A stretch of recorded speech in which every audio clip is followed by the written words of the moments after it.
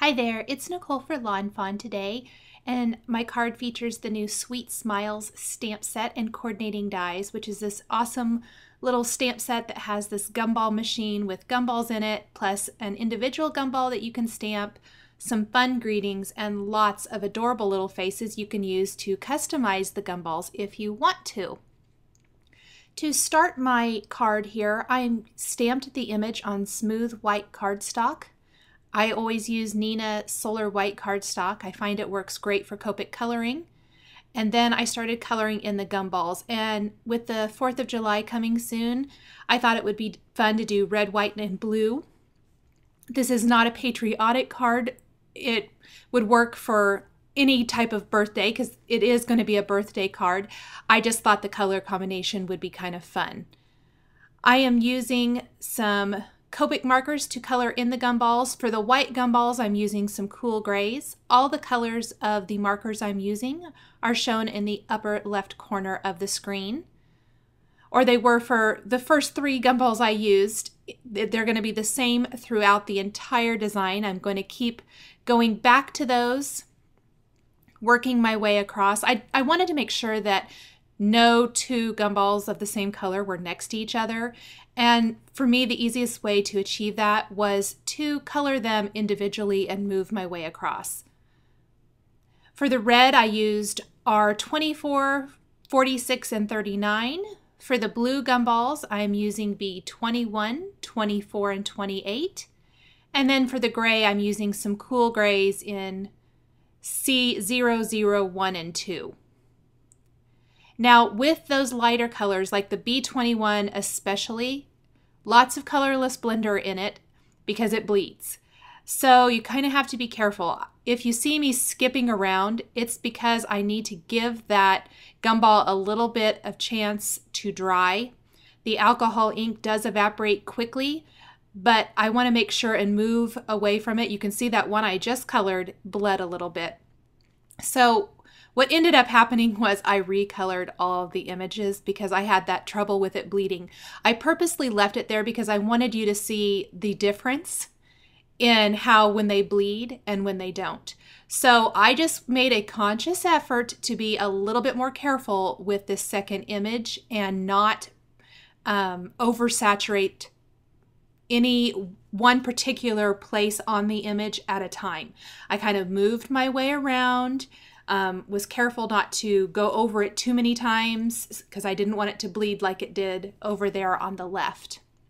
And I'm much happier with the second result. But I just wanted to show you that it does happen. And that is one of those things that can't be fixed. I a lot of times try to leave in ways that you maybe can fix an image, but that's just one of those things that wasn't fixable at all. I'm going to color the gumball machine red. I kind of went back and forth about doing that because I know it's kind of traditional. You could do it any color you wanted to, but with my card being red, white, and blue, I decided to go ahead and stick with the red.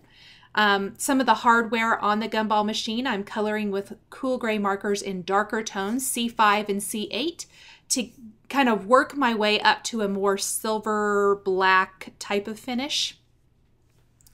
And I went in very little with my dark color at first, and then built on that as I went and blended it out. Now for the gumball machine itself, the glass portion, I don't want to leave that stark white. So I'm using the cool shadow marker in BG10, and then the colorless blender to blend that out. Again, you are going to want to be careful if you're doing this to not touch any of the red or oversaturate at all, because any of those colors could definitely bleed out into the rest of the image. But that tint of that blue-green gives the glass just a little bit of color. Now I'm going to finish coloring in the rest of the hardware on the machine. I had a couple little areas that I missed the shadowing and I thought it needed a little more near the bottom. I did go back in with my darkest R39 and add just a little bit more shadowing in darker areas along the bottom of the machine.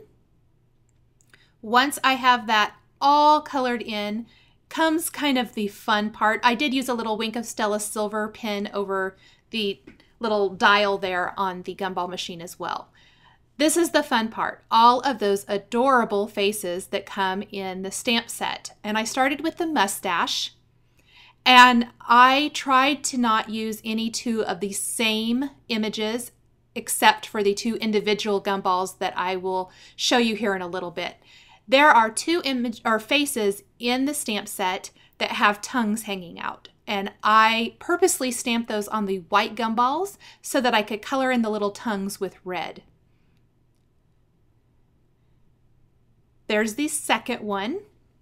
So cute. I think that adds a lot to the whole image. There are also some images, not all of them are happy, smiling faces. There's a couple that definitely aren't. I kind of started with all of the cute little winking faces and everything, but there's this one that kind of looks like he's squished, so I stamped him there, that white one, back behind, because I thought it kind of looked funny that way, like he was being squished by all the other ones. Then they have kind of a little, I tried not to use the frowning faces for this one, but you definitely could. Cute little glasses. There's two images with glasses on them. And then, of course, the one little guy sticking out his tongue, he could kind of be being squished too. Now, I went over all of the eyes and a couple of the mouths that were a little more prominent and the mustache with a black gel pen. And then I used the coordinating Sweet Smiles die to die cut my gumball machine out once that glazed pen had completely dried. While I work on the rest of the card, I want my Glossy Accents to dry. And this took forever because it's a pretty large area and I used a pretty heavy hand applying the Glossy Accents, but this is going to give the glass kind of more that look of glass. And I'm going to go over the entire thing with a, like I said, fairly thick layer of Glossy Accents. Now it looks kind of milky and you can't see through it very good when it's wet. Once it's dry, it will look great. It'll be completely clear. The colors of the gumballs will look just like they did, only shiny and glossy. And I think it just adds a fun touch, especially to anything that's maybe glass, like the top of the gumball machine would be. Like I said, while that dries, I am going to work on the other aspects of the card. So I have stamped some gumballs here on that scrap of paper. These are the individual gumball images. And I'm going to color them in just like I did the other gumballs with the blue, and I'm just going to use blue and red. I'm only going to use two colors for the gumballs here. I'm only going to have two sitting outside of the actual machine, but I am going to add faces to these. And this is where, while I said I didn't double up on any of the face images that I used in the gumball machine, I'm going to use two images that I have already used on these two gumballs, simply because I didn't want to do frowny faces, and that's about all that I had left that I hadn't used. There are so many faces in this stamp set, and they don't necessarily have to be used just with this. You could use them with lots of different stamp sets as well. I have a bunch of stitched rectangle die cut pieces of paper here. This is Doodlebug pattern paper from a 6x6 paper pad. They're stars and stripes. And I have die cut all of this out plus a piece of vellum. And I'm going to layer it all together for my card. I left out the die cutting part because it's simply taking the Lawn Fawn stitched rectangle stamps and die cutting all these papers. My gumball machine is still drying, so I used the die to kind of for placement purposes while I stamp on the vellum. This is a greeting from another stamp set, but I'm combining it with a greeting from the Sweet Smiles stamp set so that my card reads, "Happy birthday, have a ball." And I'm going to go ahead and heat emboss my greeting with red embossing powder and white embossing powder. So the happy birthday is stamped with Versamark ink on the vellum, and then I emboss that with Rouge Zing embossing powder. And then I'm going to stamp have a ball right under that. Again, that's from this Sweet Smiles stamp set. And I will apply some white embossing powder to that. I like the two-tone look of a greeting. I think it makes it a little more interesting and fun to read. I'm going to go ahead and attach my die cut rectangle pattern papers now to my white card base. I'm going to start with this blue pattern paper, and then I will attach a piece of white cardstock. This is going to give a little bit of a border to that plaid design. Originally, I thought I would just place the vellum right over the plaid and have that on top of the blue, but it just kind of got lost in the design, and I like that little bit of white border. So I'm attaching each of these layers, all die cut with Lawn Fawn stitch rectangle dies.